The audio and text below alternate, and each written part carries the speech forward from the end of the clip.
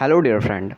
जैसे कि आप लोग का एटॉमिक स्ट्रक्चर का आज आपका पार्ट 3 का ए आएगा, क्योंकि 3 पार्ट में क्या क्या आपको पढ़ने रहता है वो मैं आपको एक बार ओवरव्यू दे देता हूँ। इसमें आपको पढ़ने होंगे development leading to the Bohr model of atom. इसी के अंदर एक टॉपिक आती है wave nature of electromagnetic radiation. Then next topic आती है particle nature of electromagnetic radiation. Then आती है Planck quantum theory, photoelectric effect, dual behaviour of electromagnetic radiation. Next आती है evidence for the quantised electronic energy level, atomic spectra, emission and absorption spectra, line spectra of hydrogen. ये आपका third part में धीरे धीरे part A B C करके वो uploaded होते जाएगी। तो आज आप लोग का थर्ड पार्ट का ए पार्ट स्टार्ट कर रहे हैं, आराम से सुनिए। पहला इसमें development leading to the Bohr model of atom, जो डेवलपमेंट हुई बोहर मॉडल ऑफ एटम से। नेक्स्ट जो इसका पॉइंट उसको सुनिए। Historical result observed from the study of interaction of radiation which matter have provide emission information regarding the structure of atom and molecule. Next point, Niels Bohr utilized these results to improve upon the model proposed by the Rutherford. Two development play a major role in the formulation of Bohr model atom. दो development जो वो major role play किया Bohr model atom में, कौन कौन सा था आराम से सुनिए। पहला है dual character of the electromagnetic radiation which mean that radiation possess both wave like and particle like properties. पहला इसमें डुअल नेचर जो होती है इलेक्ट्रोमैग्नेटिक रेडिएशन का, उसका मतलब वो रेडिएशन जो पोजेस करता है वेव नेचर में भी और पार्टिकल नेचर में भी। Next, experimental result regarding atomic spectra, experimental जो रिजल्ट आई थी एटॉमिक स्पेक्ट्रा को लेके। Then next, first we will discuss about the dual nature of electromagnetic radiation. पहले इस पार्ट में आपको dual nature of electromagnetic radiation का डिस्कशन मिलेगा। Then experimental result regarding the spectra will be next section में आपको डिस्कस किया जाएगा। पहला आराम से सुनिए, wave nature of electromagnetic radiation. In the mid 19th century, physicists active study absorb and emission of radiation by heated object. This is called thermal radiation. The next point, they tried to find out of what the thermal radiation is made. It is now a well-known fact that thermal radiation consists of electromagnetic wave of various frequency और wavelength. Thermal, आज हम लोग जान रहे हैं कि thermal radiation जो वो कंसिस्ट करता है इलेक्ट्रोमैग्नेटिक वेव, अलग अलग फ्रीक्वेंसी और अलग अलग वेवलेंथ से। It is based on a number of modern concept which were unknown in the mid 19th century.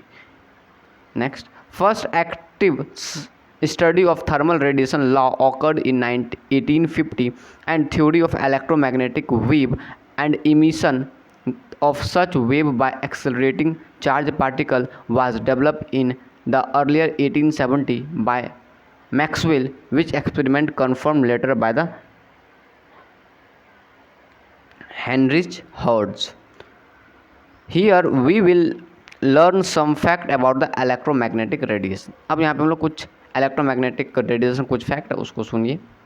Maxwell आए थे 1817 में, उन्होंने first give to comprehension explanation, उन्होंने कम्प्रीहेंशन एक्सप्लेनेशन दिया था interaction between the charge body के बीच में जो इंट्रैक्शन होती है उसके बारे में, और behaviour of electric and magnetic field के बारे में। किसने दिया था? मैक्सवेल ने। नेक्स्ट, इन्होंने सजेस्ट किया था इलेक्ट्रिक चार्ज पार्टिकल जो वो मूव करता है अंडर एक्सेलरेशन और alternating electric and magnetic field जो वो प्रोड्यूस करता है transmission. Next, this field are transmitted in form of wave, ये जो फील्ड है वो ट्रांसमिटेड करता है वेव के फॉर्म में, इसलिए उसको कहा जाता है इलेक्ट्रोमैग्नेटिक वेव और electromagnetic radiation. Next, light is a form of radiation known from early days and spectrals about its break date back to remote ancient time. Light जो वो एक तरह का फॉर्म ऑफ रेडिएशन है जो कि अर्लियर डे में, पहले के डे में, स्पेक्ट्रल अबाउट द वो nature date back to remote ancient time. In earlier, आजकल के जो date, Newton light was possess to be made of particle. Newton का कहना था कि लाइट जो वो मेड ऑफ पार्टिकल के बने हुए हैं। ठीक, next, It was only in the stabilized 19th century when wave nature of light was stabilized.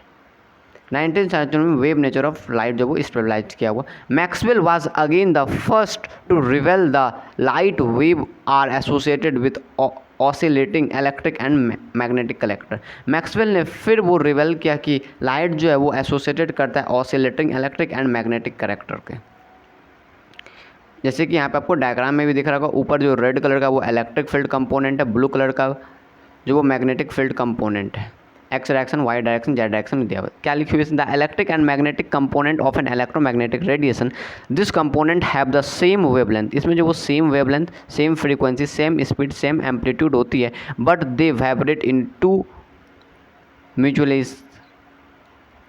म्यूटिलेटर perpendicular plane. Next, although electromagnetic wave motion is complex in nature. All दो बोले तो electromagnetic motion जो वो कॉम्प्लेक्स होती है nature में। We will considered here only a few simple property, कुछ जो इसका सिंपल मेन प्रॉपर्टी उसके बारे में दिया गया है एनसीईआरटी में। The oscillating electric and magnetic field produced by oscillating charge particle are perpendicular to each other, both are perpendicular to the direction of the propagation of the wave. जिस direction में flow करती है उसी direction वो perpendicular होती है। Simplify picture of electromagnetic wave in figure 2.6 में आपको फिगर जो दिखाई गई, यहाँ जो आपको फिगर दिखाई गई 2.6 में उसी के बारे में यहाँ पे जिक्र किया गया है। Next, second point, unlike sound wave और wave produce in water, electromagnetic wave does not require medium and can move in vacuum. Unlike जैसे कि साउंड वेव हो गए और सारे जो वेव होते हैं जो कि प्रोड्यूस होते हैं वाटर में, इलेक्ट्रोमैग्नेटिक वेव हो गए, ये सबको मीडियम को जरूरी नहीं पड़ता, ये सब मूव करते हैं वैक्यूम में। Next, third point, it is now well established that there are many type of electromagnetic radiation। आज it is now, आजकल के जो समय में उसमें बहुत सारे टाइप के होते हैं इलेक्ट्रोमैग्नेटिक रेडिएशन, जो कि वो डिफ़र करता है वन अनदर इन वेवलेंथ और फ्रीक्वेंसी, जो कि वेवलेंथ अलग होती है, फ्रीक्वेंसी अलग होती है उसका, उस रेडिएशन का। Next, this constituent which is called electromagnetic spectrum, इसे कहा जाता है इलेक्ट्रोमैग्नेटिक स्पेक्ट्रम। फिगर 2.7 आगे का आपको फिगर दिखाई जाएगी। Different region of the spectrum are identify by different name, अलग अलग रीजन में स्पेक्ट्रम का अलग अलग नाम दिया गया।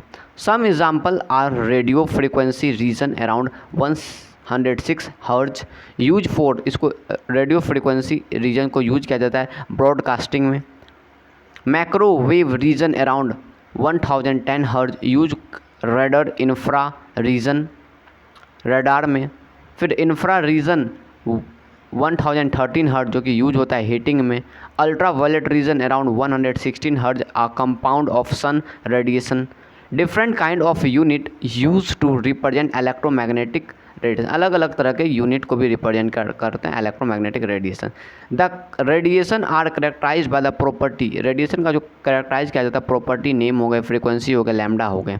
The SI unit of frequency, frequency का जो एसआई यूनिट होता है वो हर्ट्ज भी बोल सकते हैं और पर सेकेंड भी बोल सकते हैं। After Heinrich Hertz, it is defined as a number of wave that passes a given point in 1 second। Frequency का डेफिनेशन क्या होता है? The number of wave that passes a given point in a 1 second। Next, wavelength should have the unit of length, wavelength जो वो unit of length होते हैं, जो as we know, जैसे कि हम लोग जानते हैं द ऐसा unit of length is metre. Since electromagnetic radiation consist of different kind of wave, electromagnetic consist करता है अलग तरह का wave of smaller wavelength, smaller unit are use. Wavelength का जो स्मॉलर यूनिट और स्मॉलर वेवलेंथ यूज होती है। नेक्स्ट, इन फिगर 2.7 आपको फिगर दिखाई जाएगा आगे। सो वेरियस टाइप ऑफ, वहाँ पे बहुत सारे वेरियस अलग अलग टाइप ऑफ इलेक्ट्रोमैग्नेटिक रेडिएशन जो कि वो डिफर करता है एक अनदर वेवलेंथ और फ्रीक्वेंसी में।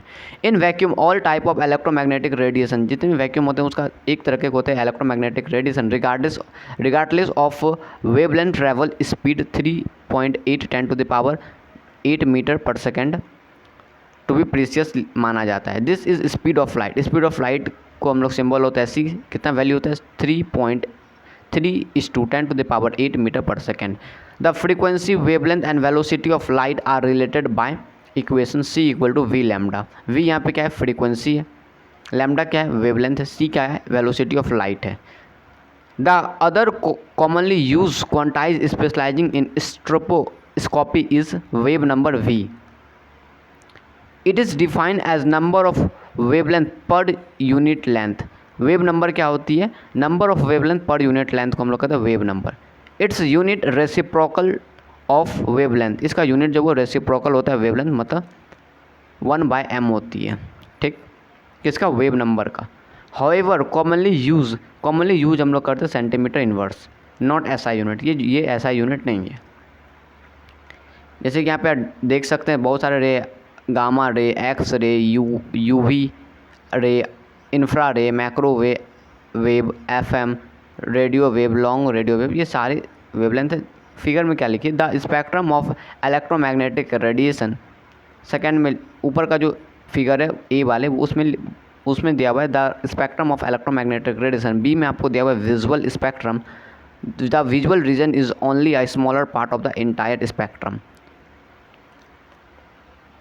यहाँ तक मैं आपका जो वो पार्ट ए, जैसे कि आज आपको wave nature of electromagnetic radiation का एनसीईआरटी का पॉडकास्ट मिला, वैसे ही आपको आगे का टॉपिक का Planck particle nature of electromagnetic radiation का पोस्टकार्ड मिलेगा। पीडीएफ के लिए आप मेरा टेलीग्राम ज्वाइन कर सकते हैं। और वीडियो में बताएं आप लोग को कैसा लग रही है ये एनसीईआरटी का पॉडकास्ट। वीडियो को ज़्यादातर शेयर करें, लाइक करें, कमेंट करें। धन्यवाद, थैंक यू।